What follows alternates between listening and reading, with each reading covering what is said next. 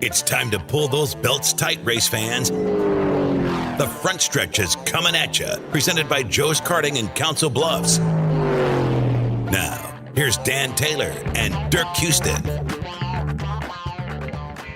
Hi, this is Brad Keselowski, 2012 NASCAR Sprint Cup champion, and you're listening to The Front Stretch. Well, good morning to you, race fans, and welcome to The Front Stretch, presented by Joe's Karting in Council Bluffs, online at joeskarting.com. Fast-paced, white-knuckle racing just across the river on 23rd Avenue over in Council Bluffs. Get over to Joe's today, do yourself right, with a little indoor kart racing at the fastest indoor karting facility in the metro. And we've switched to that weather. We talk about it. You've got that small window in the Midwest where you would rather be outside, but it's a very small window compared to a 12-month window.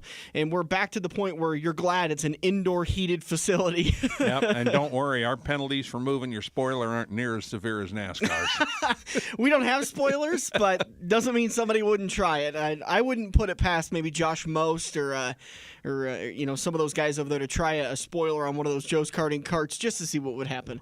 But get over to Joe's today, do yourself right. They're all individual carts, and they're pretty even. So even if you weigh 450 pounds and you're racing somebody that weighs 100 pounds, the way these cars are set up, I'm not even kidding you, they'll even themselves out. It comes down to the way you get into the corner and the way you handle through the corners and off the corner, just like you see on Sunday and Saturday nights at the dirt tracks. Well, and they had, I was just last week, they had their Racing with the Stars, yeah. And I was looking at some of the times, and I noticed there were some of the bigger guys that had times just like some of the smaller guys. So. Absolutely. Big show lined up for you today. There was a little bit of news that came out of NASCAR from the post-race inspection at Texas. A whole lot of news, not a little, a whole lot of news. A lot of people are completely dumbfounded with the results or the announcement on Wednesday. We'll talk more about that and the implications. Turn number 2, we're going to sit down with John Sparano of Helmet Head, who's actually in studio with us now. How you doing, bud? Good. We're going to feature him in turn number 2, and then we're going to talk to Anthony Ainsle in turn number 3 to get you set for the turkey chase coming up in just a couple of weeks at the Lancaster Event Center. And then at turn number 4, we'll get you set for today's race at Phoenix. And today's race at Phoenix took on a whole new complexion with the result that happened, or the release of the penalties on Wednesday from NASCAR. First, let's recover what happened at Texas Motor Speedway. Kevin Harvick whooped the field. We now know why. We now have a very good reason of why. He won Stage 1 and Stage 2, picked up the win, swept the weekend, 60 points, 7 bonus playoff points, which absolutely do him no good because he's locked in. He was then locked into Homestead, which the bonus playoff points don't carry over, so it really didn't matter. Ryan Blaney came home in the 2nd spot. Joey Logano came home 3rd. Eric Jones 4th. Kyle Larson 5th. Chase Elliott, Kurt Busch, Eric Almirola, Martin Truex Jr., Austin Dillon, and Ricky Stenhouse. Austin Dillon rounded out your top 10. Elliott, Busch, Almirola, and Truex Jr. were your other playoff drivers. Kyle Busch finished 17th. He was another playoff driver. Bad day for him. Finished 7th in Stage 1. Didn't finish in the top 10 at Stage 2. 17th in the final set of stages. Finished with 24 points on the day. Clint Boyer finished 26th, the worst of the playoff contenders. Just 11 points on the day. Not even able to break into the top 10 at the end of the stage finishes. Yeah, pit road was not kind to Clint. Kevin just looked like he had an absolutely dominant car. He was able to get that thing to stick on the low side, and it was just, honestly, when I was watching it, I never really thought much about it because we've seen him do this so many times where he's been able to make his car work at a certain point on the track just so much better than everyone else. As is normal procedure, the top 3 are taken to the R&D center along with a random car, and they're torn down bolt by bolt. Everything is measured, everything is torqued, everything is tested. They check everything from that thing. They dyno the engine, they test every element of it. And as we now know, they take the spoiler off and compare it to the CAD file that comes from the spoiler manufacturers, and that's where the trouble hit. Absolutely. So what we're able to decipher is that Kevin Harvick's car, the spoiler was offset from its basic installation. It's supposed to be installed at a certain spot. NASCAR sends these pre-designed pieces, much like a cabinet you would buy from Nebraska Furniture Mart. And you've got connect C to D with screw F, and it's really simple stuff. Well, they remanufactured it and slipped it a little bit to the right, so that spoiler would sit out in the air a little bit better. He would have more downforce, and he would get through the corners a lot better, which explained the way he was able to get by Ryan Blaney and Joey Logano with ease. Well, he didn't get by him with ease. He had to fight because he was in their dirty air. But once he had the clean air, it was lights out. I mean, he just walked the dog. Every time he got in front, he just took off and disappeared. So they, NASCAR, just like we used to do at the weekly shows, when somebody dominated, you went and looked at that car, Yeah. But again, it's something they do every week. And as you and I were discussing before we came on the air, I wonder why this wasn't caught with the new laser inspector deal. And the only thing I can come up with is they probably never figured anybody would be goofy enough to even try to cheat with that. Yeah. So it's probably not in the laser to check that. Right. And the number of things that, and you know this, that NASCAR officials on the Cup Series level and down into the Dirt Track Series level, they've had to reinvent the ways that they inspect these cars, because when they're looking at it, they're like, well, our grid or our the way we normally test it, that passes just fine because the team built it specifically to test it. And this is another thing I'm just remembering, that Stewart-Haas Racing has their own OSS system. Correct. That they were probably able to build this spoiler, put it on a couple of cars, send it through the OSS system, tweak on it a little bit to where it found that medium to where it passed inspection, but still gave them the aero advantage, which, again, another example of why I'm dumbfounded that they're allowed to have those things. Yeah, but it was just something where this was a blatant cheat. This wasn't an accident. Absolutely. We didn't tighten the bolt or something like that. Nothing failed. They built an illegal part and put it on the car. Yeah. And I'm surprised, NASCAR, I've actually got a copy of their press release, and it said that's why we were so harsh on the penalty. And they said we were going to go a lot harsher. And they said, look for changes in that for 2019. They are now actually in a very serious consideration of taking the wins away, which is something they still didn't take this win away from him. He still got a trophy. They still got a winner's check. There was a huge fine. Guys have been suspended. He lost a bunch of points. The win doesn't count for the chase, so he's not locked into Miami. There's a lot of penalty there. But if they'd take the win off of his record and everything, there would be so much more. How far off was it? They did not say. And I've got 3 pages of stuff from their press release, and that part's not mentioned, whether it was a 64th of an inch or a quarter of an inch. And it wouldn't have to be much to catch air at 200 miles an hour. So, yeah, that they did not say. But I actually we've got a contact that we use through media by the name of Matt Humphreys, and I'd sent him an email because I'd checked with one of my tech officials buddies, and he said he wouldn't know until they got to Phoenix. And but Matt's sent me the transcript of the press conference. He actually sent me back an email right away and said, they're in a press conference right now. I'll send you a transcript when it's over. It doesn't have to be much that it's off by. And this is, we've had these conversations a lot to where teams are sly enough to be able to manipulate something to look like an accident, to the point where NASCAR cannot penalize based on if it was an accident or if they think it was on purpose. You have to take your opinion out of it, and you have to go by the letter of the law, which is why I'm glad that they backed off and stuck to the rule book right now and said, we're going to be looking at this for the future, because it's like we ran in with the contest. You can't be adding rules a little bit here and there. Correct. If it was something that, again, I think if it's something going into a race weekend the teams have enough time to adjust to, I get it. But you can't go back later and say, well, because we did, this is why. It's just not the NASCAR of 1940, 1950, 1960 anymore. It's a much... There was no NASCAR in the 40s, Dano. 1945 or 47 was when it was put together, right? I don't know. I believe it was a meeting in Daytona in 46 or 47 that got the whole thing started. I was thinking it was in the 50s, but either way, but I don't know how to read, so basically, you didn't read it right. I love all these people that make such a big fuss about that Kevin Harvick still gets to get the win. I'm kind of on that side, because Kevin Harvick, while he did drive an illegal car, he's not the one that set it up. He's not the one that put that spoiler on there, and I think that there should be some give in the rule book as far as the driver shouldn't be held accountable for every single thing. Now, he lost the bonus of the win. he didn't get any of that paycheck. That went to Stewart-Haas Racing. We don't know exactly what his contract was a part of, but I'm kind of like the way NASCAR does it now, to where they take away all the benefits of the win. The only thing that they get out of it is Kevin now gets another check in his book. Well, they still got record book. They still got 20 points. Yeah, they didn't take all the points. Which, let's be honest, it doesn't really matter.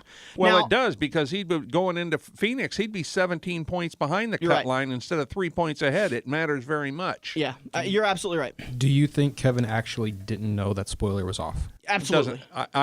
It doesn't make any difference, you know. Well, I absolutely believe that. I think that we're now in a world of drivers that when you talk about somebody at the Cup Series level, my job as a driver is to focus on just driving. And if I happen to overhear a conversation about things that the crew chief and the car chief are doing to the car, that's one thing, and maybe I could put some input. I don't think Kevin had any idea that spoiler was like that. Well, and see, I go the other way. I'm figuring if he's going to want to give input, he's got to know what's on the car. Yeah. I would agree with that, or wonder, why am I getting through the corner so much better than everybody else? Yeah. You know. Yeah, and if I'm Kevin Harvick, I'm thinking, God, this Rodney Childers, we got to pay him more. And now after Wednesday, I'm thinking, that son of a... Yeah. Well, now he's not going to get paid for 2 races. Yeah, you know? He'll get paid. But that's the other thing. So this penalty was pretty severe when you talk about the level of it. It's because it was blatant. It was blatant. It wasn't an accidental deal. I mean, they cheated. They went out and they cheated. The timing is what I'm talking about. Not only did they lose 40 driver points and 40 championship owner points, they lost the benefit that the win cashed them their golden ticket into Homestead, so now they're not guaranteed to go to Homestead. They still have to race their way in 3 points above the cut line after the points. But they lost Rodney Childers and their car chief for the last 2 races of the season. And they're not appealing. That was right. Also came out in the news today. They are not going to appeal the penalty. They're going to take their lump and move on. After Texas, and before the whole penalties that came out, I saw a graphic of, it was like 400 and some odd races at Richard Childress Racing. Kevin had won. Like 17 or 18 races. I saw that graphic too. Basically, and he's got half as many races and more wins at Stewart-Haas. What Kevin did in 400 and some odd races, he's now done in 178 races or something at Stewart-Haas Racing. Yeah. And he's been with Rodney Childers the entire time. Childers is obviously the reason why Kevin is so dominant, because he's given him the cars that fit his ability to be able to drive it. You know? They click. I mean, that really worries me for going into Homestead, because while Childers can set the car up, he can't make those adjustments while they're at the track, and it's necessary. Put it this way: he's going to be very close to his cell phone for the whole weekend. You know, so yeah, it's not going to be in real time, but it's going to be real close to real time. Yeah, it'll be interesting. I know that NASCAR does monitor the team's abilities to communicate with the suspended driver. They've talked about some sort of step a little bit farther about being able to restrict their ability to access their phone during race times and practice times and that kind of stuff. But that's pretty overreaching policing that I don't think NASCAR wants to get into. But it'll be really interesting to see how losing those 2 people who are in charge of setting that car up for Kevin will affect his ability to participate as a champion. Well, the car chief position, I don't think that's near as big a deal, because he's not making the calls. He's just making sure everything that gets told to get done, like in the week up to the race, gets done. And everything, that car's ready to go through tech, etc. It's got the right brakes on it. It's got that whole checklist they do. It's about 3 pages long. The old man, Tony Gibson's going to be up on the pit box for today's race at Plenty Phoenix. of experience. Absolutely. Plenty of experience. So they're not losing anything experience-wise. But again, is he going to click with Harvick? When Harvick says, I'm just a tad tight, Yeah. Is the tad the same to Tony Gibson as it was to Childress? Yeah, it'll be interesting to see what happens today, Phoenix. And I'll tell you one thing. I think it was Chad Robb who messaged me and said, boy, watch out, because when that 4 team gets penalized, they are an absolute terror the next weekend. And they need to be, not only to guarantee that 3 points keeps them in the Final 4, but also that Kevin's good at Phoenix. The field has caught him a little bit. We talked about that the last couple of weeks. But man alive, I expect him to just destroy this field coming up today. Well, there's a lot of lap traffic he's going to be dealing with, as there always is at Phoenix. And the fact that they can shortcut across basically the infield on the back straightaway can lead to some havoc. Mm-hmm. And in the earlier race this year, you saw a lot of guys running that super low line through 3 and 4, which Harvick has run for the last several years now that nobody else could get down and run the apron that like Kevin was. So I think his biggest problem will be lap traffic. I don't think there's going to be too many cars on the track that can beat him. Right. But, any of those lap traffic guys blow a tire at the right time and, they take Kevin out too. So they're going to be on pins and needles until the checkered flag flies. Absolutely. Joey Logano, like we talked about, locked in. Kyle Busch, 28 points to the good. Martin Truex Jr., 25 points to the good. Kevin Harvick now 3 points to the good. Kurt Busch, 3 points behind the cut line. Chase Elliott, 17 back. Eric Almirola, 35 back. And Clint Bowyer, 51 back. And was it at Chicagoland Speedway where Harvick took a stage win away from Kurt Busch and kind of upset the apple cart with old Kurt there a bit, but Kevin said a point's a point, And it's funny, you're getting there, that these two are now fighting for the final points to move on. Well, that's 2 points. The 1 point he took from 10 to 9, plus the bonus point that, counted now. Yeah. So otherwise he'd only be 1 point ahead, and Kurt wouldn't be mad at him. Well, the 1 point would have reset with the chase, or with the playoffs. Correct. The driver points, but it's funny how these things all kind of come up again, right? Just when you think that this has worked its way out, now it creeps its head back in. And let's keep in mind, Clint Bowyer, Eric Almirola, Chase Elliott, or Kurt Busch win, Harvick's out. It doesn't matter the amount of points he scores. Well, yes, it does, because Truex could have a bad day, Kyle Busch could have a bad day. Oh, yeah. Just because somebody else wins doesn't put Harvick out, but it won't help things. Absolutely. We're going to take a break. We'll come back. We'll talk with John Sparano from Helmet Head. Exactly what's going on with this company. What is it? How do you do it? And can I get one for my Colorado? We'll talk to him next, coming up on the front stretch. Finding a home can be the most important decision in your life. It's the simple factors of neighborhood, garage size, the school district, and commute that get overlooked by most realtors. Those are the aspects that Jim Blazina has been focusing on since 1988. From rental properties to your forever home, the Racing Realtor will work hard to get you exactly what you're looking for, and he can help list your home for a speedy sale.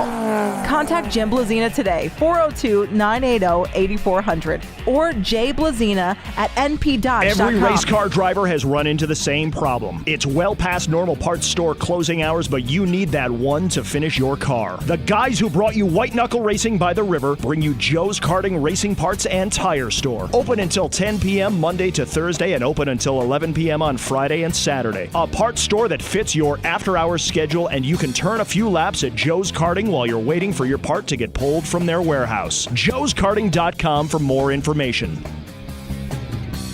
We're hooked up in turn 2 and still showing the green flag on the front stretch. Hey, this is Courtney Forrest, driver of the Advanced Auto Parts Funny Car, and you're listening to the Metro's only all-racing talk show, The Front Stretch. Welcome back to the front stretch. Rolling into turn number 2, and it's time to talk to an industry insider, somebody that is supplying some badass helmets to the rest of the industry. And helmets are an important thing. We've talked about this. Beating your head on the roll cage, or sometimes beating your head on the side of the car when you can't get the car working right. You need some protection, but then you're stepping in and making sure everybody looks good. And that's John Sparano of Helmet Head. Find out more, nowhitebuckets.com. First off, love that website. Thank you. I was looking for helmetheaddesign.com or something like that, but then I went to the Facebook page and I'm like, no white buckets. Nowhitebuckets.com. Let's talk a little bit about your experience into life, into racing. Your brother was a crew chief for Andrew Koziski, and you guys have had a very tight-knit relationship with the Koziskis and also in the racing community. I was 4 days old when I went to Sunset Speedway for the first time. Why'd you wait so long? Because I was born on a Tuesday. I don't know, Wednesday. I've been around racing my entire life. Out of high school, I worked on Joe Koziski's race car for several years, helped a couple other people after moving on from him, and decided that it was time to start a family and go sit up in the grandstands and watch the races.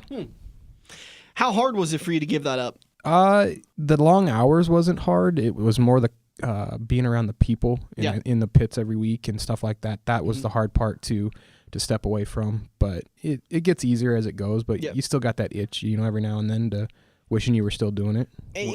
When you stepped away the first time, did you step away and when I stepped away and quit officiating, I basically didn't go to the track for a year. I just couldn't be around it. Yeah, I still went to the track. It was hard, don't get me wrong. I mean, there's times I wished I didn't go, but I still went to the track because you just know so many people, and it's a big family is what it is, and you missed your family is what you did. Yeah. Did you have any offers to go work for other teams or anything to get back into it shortly after you left? Not shortly. It was probably the following season I went and I worked for Scott Daly for a couple years, and then the whole family thing came about and stuff like that. So we stepped away from there, and kids make it pretty easy to step away, don't they? Kids do make it pretty easy, yeah. Because it's a time-consuming sport. Extremely. Both as a fan and as a person inside the sport, it's very time-consuming and can be very difficult to allocate the proper amount of time to be a good father. Exactly. Which is probably what made it a little bit easier to step away. Yeah, it was. What time did you go start working for Stan Caesar? Oh, I've been with Stan for 15 years. Yeah. Straight out of high school, pretty much. So while you were helping with Joe with his car, you were still doing designs for cars and doing wraps and that kind of stuff? I didn't start doing designs for quite a few years. I was an installer. I'd put the graphics on and different stuff like that. And then I want to say, 5-6 years ago is when I started actually doing some of the design work, for him. And about that time is when Helmet Head Design started. I think I've been doing this for about 7 years. Okay. And here recently, last July, we decided, sat down with Stan and everybody at the shop and decided that we were going to take a step back from Action Science Speedway Graphics to concentrate more on Helmet Head Design. So technically now I'm part-time with Stan and part-time, full-time for myself. So I don't actually physically work on computers anymore for Stan. I'm back in that installation role for him. But my brain's always going with design. How did the helmet head come about? Did somebody come to you? Did you see a helmet at the track and think I could do better? How did that kind of come about? Long story short, when me and my wife were dating for Christmas, we decided we were going to make a Christmas present for each other. And a real good friend of mine actually helped me paint the very first helmet, and I had it was a goaltender's mask, and I had the UNO hockey team. Is that the picture you posted a couple of weeks ago of the before and after? How much weight you'd lost? No, that was this. We're talking probably 10 years ago. We did this. Okay. No, actually longer than that because we've been married 11 years. But anyway, but no, he helped me paint the first one, and that was a Christmas gift. And their equipment guy said, that's pretty cool. Have you guys thought about doing this? And stuff like that. And I did one for I think 4 years after that, and my daughter was born, and I did one that had her birthday on the back and had the team sign it, and he came to me and he said, listen, if you don't paint mine next year, nobody is. So it's either you do it or nobody does, and you make the decision. So that was the year that we decided, let's give this a shot. And the first year we painted 3 helmets for UNO and 2 racing helmets. And last year, I think we did 54 helmets total. Wow. And we're on pace to beat that this year. So wow. So it's not just a wrap. It's your actual painting. Is it brush painting? Airbrush. Okay. I'll use decals I make at work every now and then if somebody wants, excuse me, like an actual picture of, say, their grandpa or something that I physically can't paint. I'll print a sticker, a decal out, stick it on. But what I try to do is I try to airbrush around it and through it and make it not look like there's a sticker stuck on it, if you understand what I mean. Well, you're trying to put a decal on a sphere. Right. So, that's basically an impossibility for all practical. I put plenty of stickers on football helmets, so I know how lousy that is. Yep. So, the airbrush is so much nicer. Yep. I'm looking at pictures. By the way, if anybody wants to follow along, go to Helmet Head Designs on Facebook and go to the pictures page. Looking at some of the pictures you've done for Jack Dover, his helmet that's going to be. Is that his helmet for this year, or is that going to be his helmet for next year? Which helmet are you looking at? Top of the page. It's. Those are. I painted those helmets for him a month or so before Knoxville, and we debuted them at Knoxville. So he wore them the later half of this year, and those will be the helmets he wears for next year. At least to start with. At least to start with, yeah. So apparently Cody Ledger has not learned his lesson.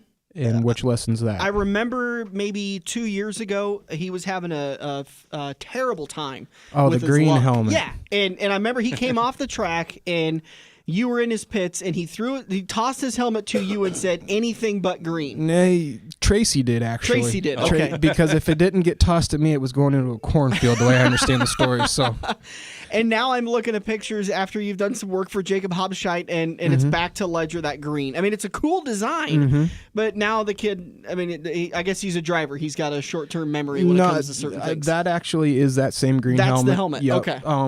The Facebook page isn't quite as up to date as, say, like Instagram or Twitter. Okay. And the website is even farther behind. But there's good contact information on the nowhitebuckets.com. I'm hoping with being able to have more time at home, and we may be starting to slow down. Who knows? I mean, I'm not slow right now, but I will have more time to update, all of the social media. Yeah. You can really link Instagram and Twitter really easily. I've tried to link the Facebook, and for some reason every now and then it unlinks itself. So we're doing the best we can with what we have right now. That's probably just a fight between Facebook and... Who knows? You're not going to share my information. Exactly. All that dumb stuff. These, not just racing helmets, not just hockey helmets, but you also do baseball, softball helmets. You'll design hero cards also? Yep, we've done some hero cards. The hardest part about the hero cards is I'm not a photographer, so getting the pictures sent from a photographer is where we run into issues. But copyright issues. Yeah, it's all design work. Good stuff. And you were the one that did Andrew's Jets helmet. Yep, I did Andrew's Jets helmet. Again, the green. Do you recommend these guys when they come to you with a design? You're like, it's unlucky to have green on your helmet, right? Nah. green anymore is not that big a deal, but back in the day, man, that was such a huge superstition, along with peanuts and chicken behind the car. Yeah, that was you never touched one of the chicken. big things. But Bobby Labonte, or not Bobby Labonte, because he wasn't the first driver of the interstate car when it came out green. But when the interstate car came out, it kind of did away with the green mystique, I think, pretty much. 25 years ago. Whose baby helmet is that? Is it the one that looks like a minion? Yeah. It's a family that we met. They found me on Facebook, and he was born with a flat spot on his head. And they brought me this helmet, and we painted it up to look like a minion. That's awesome. And we've since become extremely good friends with this family. And they're a great bunch of people. Is that Z-Man? Z-Man, yep. Yeah, that's awesome. You got to go check that out on their Facebook page. The look on his face when he's got the the kind of the blank helmet on is pretty intense. Yep. I like that picture. Helmet Head Designs, or check them out, nowhitebuckets.com. Plans for the future, are you guys looking to expand into other areas, some other avenues, something like that, or are you going to primarily stick to where you're at right now? I like sticking with the helmet stuff. I mean, paint's paint. I've done a couple other different weird projects, and I'm not going to turn down at least the opportunity to talk with somebody if they want. I've painted a fire extinguisher for somebody. I've painted a gun before. So I mean, I'm always interested in talking about different projects, but I really enjoy the helmet aspect of it. I enjoy, chatting with people and the ideas. And there's some designs on helmets that are pretty straightforward, and then there's other designs on helmets that have a lot of meaning behind it. And get into, really dig deep into somebody and find out what they want. I really enjoy that aspect of it. Yeah, I hear that. And by the way, I got to give credit where credit is due. Back at the Knoxville Nationals, the 360 Nationals, you created a new dish. Yes. That I shared on the Facebook page, and it absolutely exploded. Yes. Remind me again, it was... tenderloin with mac and cheese. Yeah, and you had to go to 3 different vendors? 2. Because didn't it have bacon and the bacon mac and cheese was one, and then the tenderloin was the other. And it cost like $18. It was ridiculous, but you know what? I can't wait for next year to do it again. It was so good. You let me have a bite of it, and that was absolutely amazing. Yes, it was. Unfortunately, it kind of derailed your weight loss a little bit, but that whole weekend is kind of expected. You just kind of you bank on that entire week, and you're in Knoxville for 10 days camping, having fun with your friends, and with the whole racing community, and it's a blast. Talk about the weight loss a little bit. You and I have had that conversation off the air and just in person, but amazing transformation. I mean, you dropped a lot of weight with kind of some simple steps. Yeah, just basically some exercise, calorie counting, and staying accountable. So there's a real good team of people that me and my wife have worked with, and kind of got us on the right track. And now the aspect of staying on the right track is the big thing, and biggest thing is staying healthy for our 7-year-old daughter, and and going from there. Just you mean one you kid? didn't buy those magic pills that are on TV at 2 o'clock in the morning? I didn't take a pill, a shake, a drink, nothing. Just one kid?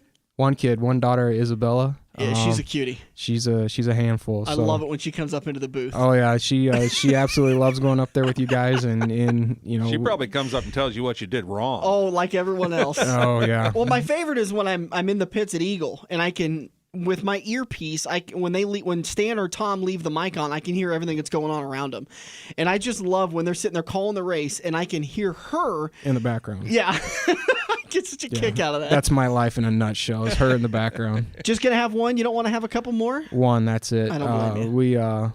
We talked about two and decided that, you know, we're going to give her every opportunity to succeed in life, and not that you can't do that with more than one kid, but if you only have one, the odds are better to be able to do that. So. You're not going to stretch yourself too thin. No, I'm already stretched thin enough the way it is. So hockey season's starting with her, so we're at the ice rink, you know, 2-3 nights a week, and out in the paint studio until 2 a.m. And hey, the hockey stuff's cheap. Hockey equipment's cheap before she starts asking for that race car, Dad. Yeah, there'd be no race car. We'll go watch the races. And no dirt hockey equipment's not cheap. Compared to the race car, yes, maybe it compared is. to the race car, but NoWhiteBuckets.com is the website to get more information on that. Find them on Facebook, Helmet Head Designs. What's the Instagram and Twitter? Helmet Head Designs. All right. Thanks a lot for coming in, bud. I appreciate it. Thank Sorry you. it took Thanks, so John. long. Not a problem. We've been talking about this since August, and we finally got you on in November. I've been Yeah, it passing out works. his cards at the racetrack for several years. So And I don't know if we he's ever got appreciate business out of it. any PR we can get. We appreciate it. Speaking of which, you've got some stuff for us to give away next weekend at the Homestead Party. For sure. We got a crew shirt and a stocking cap and some stuff, so I hope somebody wins it and have some fun with it. So. All right, we'll find a fun way to give that away. Perfect. Maybe we'll do a helmet design trivia. We'll see if somebody can guess an answer that way. There you go. All right, thanks for coming in, bud. Not a problem. Anthony Ainsle just around the corner. We'll get you set for the Turkey Chase coming up November 23rd, 24th, and 25th at the Lancaster Event Center. We'll be back on the front stretch. We all have that coworker that runs their mouth off at how great they are. They shot a 5 under par, 95-mile-an-hour fastball, bench press 375, brah. Wouldn't you love to shut them up by schooling them at Joe's Karting? Council Bluffs' premier indoor karting track, professionally designed so each corner is your opportunity to embarrass your coworker. Call Buddy for your next company outing at 712-256-5278. Joe's Karting, white knuckle racing just across the river on 23rd Avenue next to AMC 17. If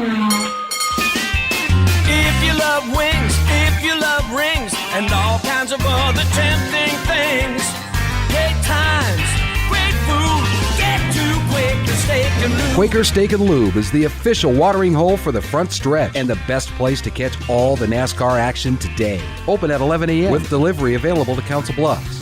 Great times, great food, get to Quaker Steak and Lube. Feather the brake and get back to the gas. Dan and Dirk are headed into turn 3 on the front stretch.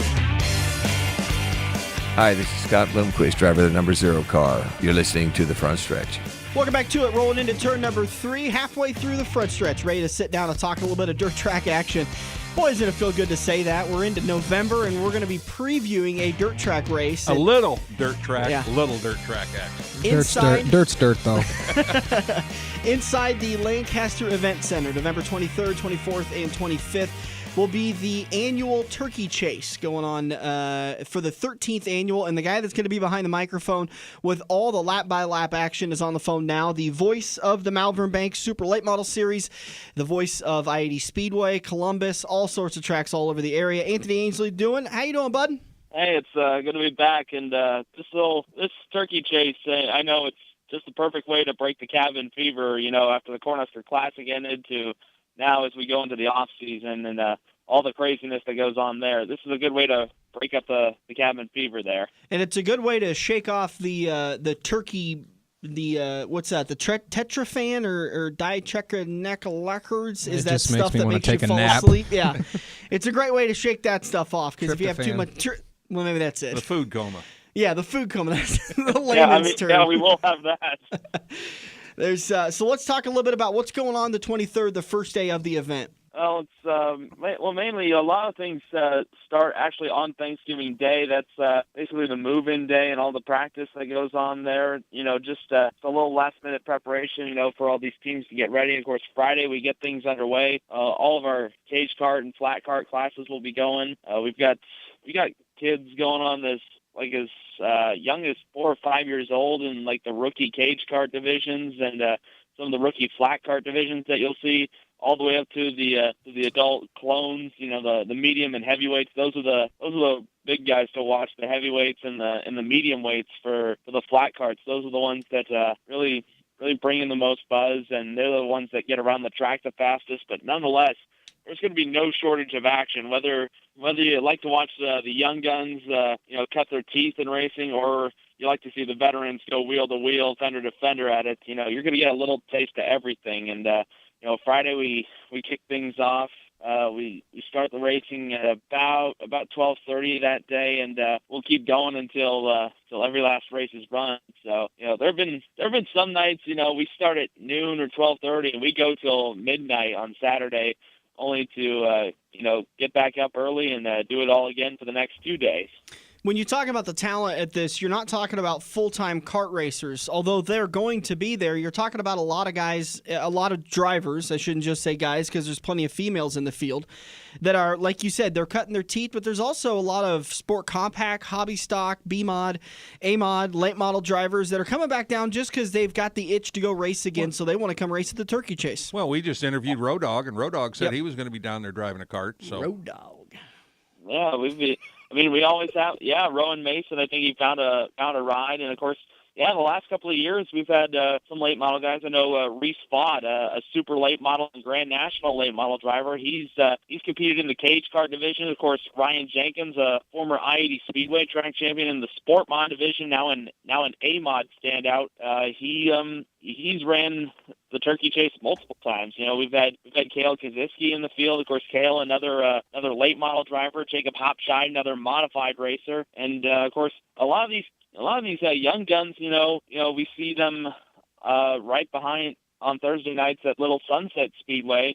Little Sunset actually made the switch to Thursday nights last year. But a lot of those drivers who run at Little Sunset on Thursday nights, they'll be out there. Of course, a lot of drivers who run Mini E Speedway out at the Eagle Raceway, they're also on hand. I think a few guys from the Bobcat Speedway, and of course the new Tuxedo Park Raceway out of Crete, Nebraska. A lot of those guys will be there, and we even have guys come all the way from the Lincoln County Junior Raceway, clear out in North Platte. Some of the weekly drivers out there. They come out to the Turkey Chase, and of course, a lot of those guys, regardless where they come from, there are a lot of great drivers, and you get a little mix of a lot of the best drivers from around Nebraska into the eastern Iowa area, and I think we even have a couple of guys from Kansas come up and show their stuff as well. So it's there's no shortage of talent, and no shortage of talent regardless of age group. So for this event, just like they'll do with the the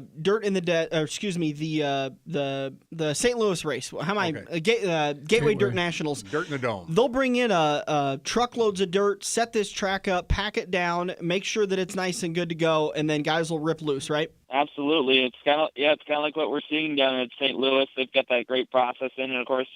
But this Turkey Chase has been around a little bit longer than the Gateway Dirt Nationals. I think the Dirt Nationals is entering only its third time. I believe this is about the 12th. This is about the 12th annual Turkey Chase that we've had. So over a decade of this great event, and of course it's seen its share of great drivers come up through the ranks, and of course these young guns are still doing well. I know a couple of guys that'll be out there. They race locally, and they always do well at the Turkey Chase. Some of the Junior 1 and Junior 2 clones, those are the kids like to early teens and a little bit younger than that. They're always fun to watch, and they're always great. They always make good races to call, I can tell you that. Well, these indoor races, I know it's been, and you might be a little more up on what year it was, but I'm going to say about 8 years ago, I know they had an indoor race over at the Mac Center there in Council Bluffs, because I was in attendance for that. And it's good racing. it's a little different, but it's good racing. I mean, this is a lot of it's a very interesting scene, regardless of where you go for an indoor race. Whether it's on the East Coast, they'll run on the flats on the concrete floor, and of course they do that out at Des Moines. And I saw.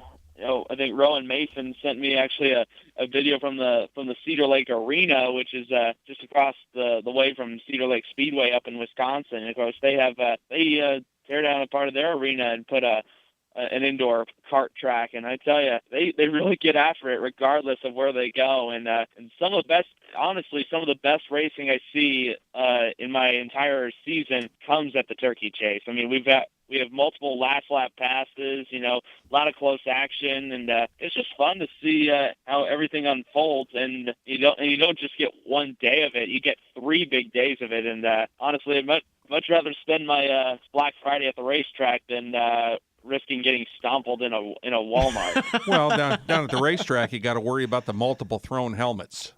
Yeah, don't throw your helmet. That can't happen sometimes. That ruins my day.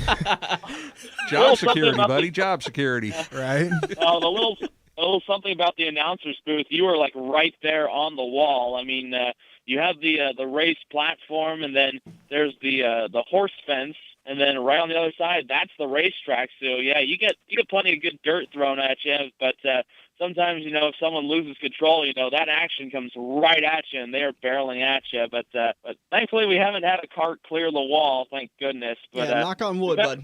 Yeah, I've seen a couple of cage carts. They go off the track, and I've seen them break holes through the wall. But nonetheless. Everyone really keeps their stuff. These kids have a very good idea of what they're doing. They know they've been around. They've done a few laps, so thankfully they do an excellent job wherever they go. And I just love watching these young kids perform and develop as drivers, and makes my job a lot more interesting. And if you think for a second, just because these guys are smaller horsepower, smaller tires, smaller track, and smaller in stature, because a lot of them are kids, you got another thing coming if you think it's going to be a relaxed day of racing for these 3 days. Absolutely. I mean, these kids have a blast. I always have a ton of fun calling their races, and I know I don't get to be around kart racing for a lot. I mean, other than the Turkey Chase, and then we have one more big event at the end of the season. Other than that, I may get out to maybe 1 or 2 kart races throughout the year because all the big tracks basically have me on lockdown. But nonetheless, these kart races are always fun to watch. And of course, the Little Sunset Speedway, they're the staff that puts on the speed on this Turkey Chase. They have each year it gets tougher to win, and it gets much more fun to watch every time we go out there. Get more information, i80speedway.com/Little Sunset. You can find it on the schedule again, Friday the 23rd, hot laps at 10:30, and racing to start right after they finish the hot laps.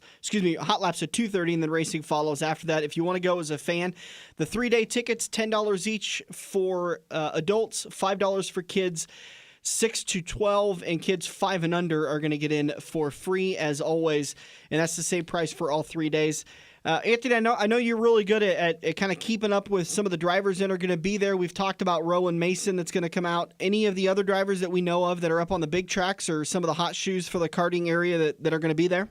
I haven't heard if Jacob Hopscheid was going to make the trip back down. I know currently we're cheering on Jacob as he does his best down in Vegas right now, but didn't hear if Ryan Jenkins was going to come back out. But it was good to see Rowan Mason make the trip back out. I mean, I've called some of Rowan's races at the Turkey Chase in past seasons, but looking at if I'm having a guess, I'm probably assuming maybe Zoe Walk, who's been in and out of a Sport Compact the last couple of years out at I-80 Speedway. She might be jumping back into a cage kart. And I think also probably we've seen Amber Cook in the number 21 Sport Mod the last couple of years. She's cutting her teeth in the big cars. Of course, Amber, she got her start in the cage kart ranks, and she and her sister Lauren, I'm sure both of them will be back out there. But other than that, it's still up in the air. I'm still trying to figure out who's going to be there. I know my good bud Dominic Magana, I believe, who picked up a track championship out at Mini E. He's going to plan on being out there, and hopefully see a lot of familiar familiar faces. Anthony, do appreciate it. You can find out more information, like I said, i80speedway.com/Little Sunset, or just message Anthony. You won't have any problems getting any information out of him. The boy knows this stuff like the back of his hand. Always do appreciate you joining us, sir. Enjoy your week or so, 2 weeks off till you got to get back at it for a couple of weeks, and then we'll talk when the snow's on the ground. Hey, Double A, we going to see you up the Homestead Party? It's already on the ground, my friend. It's already there. Are we going to see you at the Homestead Party in a couple of weeks? Oh, you know I'll be there. It's Good on my deal. schedule. Always appreciate. Who's your early pick? I know we're getting to Phoenix today, and then we've got Homestead. Who's your early pick to win the championship? Well, I was gonna say I saw that Harvick's championship contention spot I think was revoked after that DQ out of Texas. But oh man, I'm taking a shot here. I'm probably I'm wanting Chase Elliott to break through. I know I'm kind of a little biased there because I got to watch him win out at Kansas. That was a treat to watch. But, Chase has always been there at the end, and he's been pretty decent the last couple of times out at Phoenix. I'd like to see how this, rearranging the start-finish line works out and see how everything goes there. But then when Homestead rolls around, it's gonna be a tough one to watch. I mean, but I know the last time I tried to pick one, I picked Keselowski, and I know how that turned out. Logano ended up getting into Edwards and caused that big wreck in turn 1 on the restart. That took out Keselowski. But I'm gonna put my money on number 9, and hopefully that siren is gonna get really loud down at Dawsonville if Chase can bring home the cup. Well, he's Chevy's great hope. Yeah, John, how did you watch Chase Elliott win at Kansas? Do you remember? Yeah, I seen him win. Yeah, he said he was awake I for seen the him last win. 30 laps. I think out of all the playoff races we have had since that format was introduced, that had to be the cleanest race in playoff history. Well, it wasn't very clean for John, but that's another story for another time. Anthony, always do appreciate it. Thanks. John, nothing's out of bounds here, John. It'll all get on the air. Anthony, I really do appreciate your time, buddy. We'll talk to you soon. All right, we'll see you soon as well. Have a good one. Double A. Thanks, A.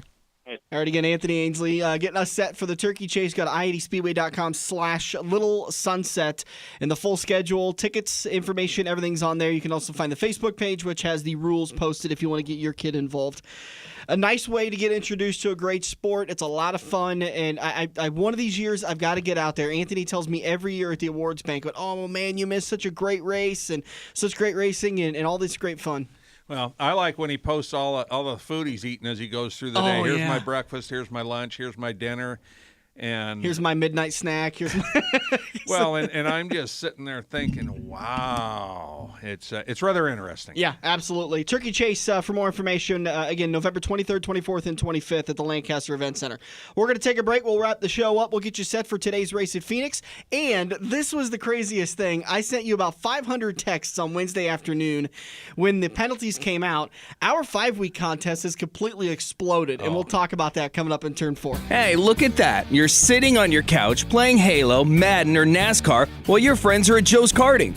Each lap is an adrenaline-filled, heart-pumping, white-knuckle experience that you can only get at the Metro's largest indoor karting track. Eco-friendly Honda engines rip you around their professionally designed road course at breakneck speeds. Can you reach the 14-second lap bracket?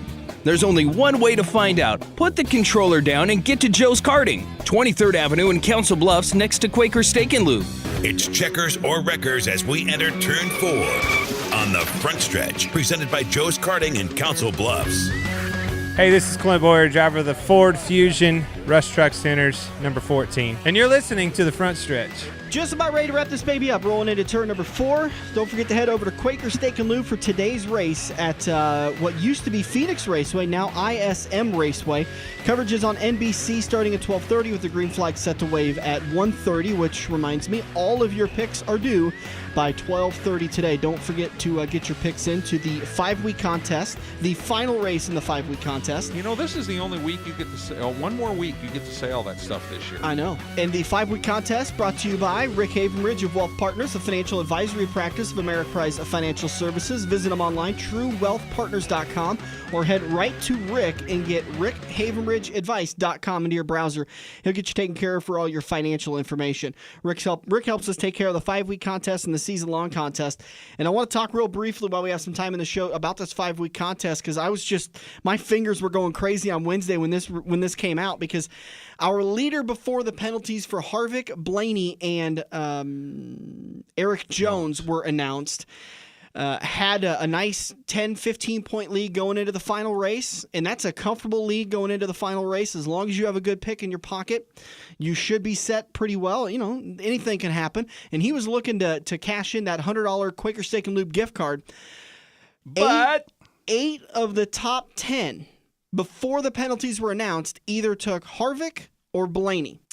Our person that was the points leader took Harvick, fell to 7th, I believe. 10th. I must have misjudged it. Dale Smith was leading, who was our contest winner for the one of the 5-week contests. Very experienced picker. Picks Absolutely. The cheater. What was wrong with him? A former champion for the season long. He fell to 10th all of a sudden. And our 8th place point standings also picked Harvick, so they fell. 3rd place jumped to the lead, 8th place jumped to 2nd, and the whole thing jumbled from there, and everybody went topsy-turvy. So far going into the final race, Jesse Christensen has a 9-point lead over Holly Humphrey-Larson and just a 10-point lead over R.L. Smith. So it's anybody's game still. It's 10 points between the top 3, 20 points between the top 4, and who knows what can happen today at Phoenix. Yeah, so it's anybody's game right now. It just goes to show you that even though you feel like you got this baby locked up, you got to make sure and not pick that guy that, you know, it's hard to say who's gonna get popped by the inspection guys. Well, but if they do, you pay the price too. And if you thought you were out of it after the last race or something because you didn't pick Harvick or whatever, make sure you get your pick in today, because you could be the one sitting in 8th place going to the lead after this race. Yeah, who knows what the penalties will come out? So it'll be interesting to see what happens. The Homestead viewing party going on next Sunday at Quaker Steak and Lube. A lot of great people involved. We're trying to get some more people to come down and hang out with us. I think. John, I think your brother Joey's going to come over and show off some of his gear from his dirtshirtsusa.com. And if you're free, you're welcome to come over and enjoy some wings and beverages while handing out some of that stuff. Or I'll see if I can make it, yeah. It'd be great to have you. I know that a lot of people come over and hang out, and it's a great time. We kick it off at noon. You can watch all the racing action. Chris is really great. He turns the volume up nice and loud so that we can hear only the race.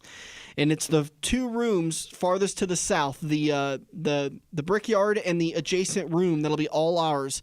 Come over and win some prizes. We've got so many things to give out. We do a bunch of cash pools. We do trivia questions at every caution. And give stuff away. We've got. Well, let me back you up there. It's every 2 or 3 commercials, because remember I got in trouble with the rowdy bunch that sits in front of us that they wanted to keep winning prizes, but I was running out of questions. Well, if they'd answer the question correctly, they'd get the prize. I know. Jeff has a tough time with the question. He wants so many questions because he never seems to answer any of them right. But he has a good time. Yeah, it's until he falls off the stool. It's a lot of fun. That was bad. The lube tubes, the wings are flowing. It's a great time down at the Homestead viewing party. Today's race at Phoenix. Dirk, what are you expecting out of this? I do expect the 4 to do just like they did earlier at Phoenix, which was just after their rear window escapade where they came out and won the race, and then Harvick jumped up and beat on his rear window. Yep. So now this time if he wins, he's going to go back and he's going to yank on the spoiler and jump on the deck leg and kick it a couple times. And they're going to be motivated, but so are 7 other drivers. Yeah. To me, the guy with the biggest motivation going into this weekend is Joey Logano. If he would win this race, that brings 3 guys in on points, because he'd have the only 2 lockdown spots locked up. Kurt Busch is 3 points behind the cut line right now, so he's going to give it 200%. Mm-hmm. I know that's a cliche. You can't give 200%, but he's going to give it everything he's got. You're going to see that team really working hard. You will see pit road penalties. You saw them in Texas again. They kind of slowed down for a while, but you will see them at Phoenix. And you've still got Denny Hamlin trying to win a race and keep his streak alive. You've still got Jimmy Johnson trying to win a race and keep his streak alive. And he's got the sentimental value after being penalized and put to the rear of the field last week. Yeah. Totally wrong by NASCAR. That was a weird one. But how can you fix that? You Right. can't admit it. They admitted it halfway through the race, which I thought was really odd. But, I expected if they made a mistake to admit it after the race. And there was nothing they could do about it at that time. Absolutely nothing. Had they caught it earlier, they could have justified it, but there was nothing they could do about it at that time. Yep. This race you were talking about earlier this year, like you mentioned, Kevin Harvick picking up the win, finished second in Stage 1, finished seventh in Stage 2, and won the race, leading only 38 of the 312 laps. Kyle Busch was your all-time the overall laps leader, 128 total laps led. Won Stage 1, finished finished fourth in Stage 2. Other lap leaders, let's see, Denny Hamlin led 33 laps. Ryan Newman led 23 laps. Kyle Larson led 54 laps. So it kind of spread out there a little bit, not somebody dominating. Like, I got honest, I expect Harvick to dominate this race today. Well, if I remember, this race in the spring had a couple late cautions that really messed with pit strategy for everybody. You had some guys changing tires and taking 2 tires, some taking 4, some staying out, and really kind of jumbled up the finish. Let's see. After the Stage 2, I'm only seeing one caution between laps 192 and 198 for the 21 car in turn 2. That was the last set. So. Okay. Well, that was all green flag pit stops that they did all the stuff. How about pit road penalties? You got that does that show any of that on the screen? Not this one. Not this report I have. Well, because I was going to say I thought there was a few pit road penalties that jumbled up things at the end, too. And let's face it, we've got a different track. I know positioning the start-finish line is only slightly different, but it could just be that slightly different that throws somebody off. Oh, yeah. It'll be great to see the way this race comes to the finish today. All right, again, like we said, don't forget to get your pick in. All your picks are due by noon on NASCAR Pools Online. You can catch the race on NBC at 12:30 with the green flag starting to wave at 1:30. Get over to Quaker Steak and Lube, the official watering hole of the front stretch, for all the green flag action. If you want to watch it with some of your friends, enjoying a lube tube and some hot wings. They've got some new sauces that I can't wait to try out next weekend when we're down there. For John Sparano, really do appreciate you joining us. Helmet Heads Design and NoWhiteBuckets.com for more information. Anthony Ainsle came in turn number 3 and helped us get ready for this year's Turkey Chase, November 23rd, 24th, and 25th. Next weekend's show, we will recap what happened at Phoenix. We're going to sit down with Anthony Roth, who absolutely dominated at I-80 Speedway this year in both his Sport Modified and Modified. And we're going to talk with Ben Shelton for the Gateway Dirt Nationals, and then we'll preview the race at Homestead, and we'll get you set one last time for the Homestead viewing party at Quaker Steak and Lube. Thanks again, everybody, for joining us. For Dirk, for John, I'm Dan Taylor. We'll do it all again next weekend. This has been The Front Stretch, presented by Joe's Karting on AM 590. Every race car driver has run into the same problem. It's well past normal parts store closing hours, but you need that one to finish your car. The guys who brought you White Knuckle Racing by the River bring you Joe's Karting Racing Parts and Tire Store. Open until 10 p.m. Monday to Thursday and open until 11 p.m. on Friday and Saturday. A parts store that fits your after-hours schedule, and you can turn a few laps at Joe's Karting while you're waiting for your part to get pulled from their warehouse. joeskarting.com for more information. The official watering hole of the Front Stretch has you covered any day of the week with the best wings, great burgers, and amazing steaks.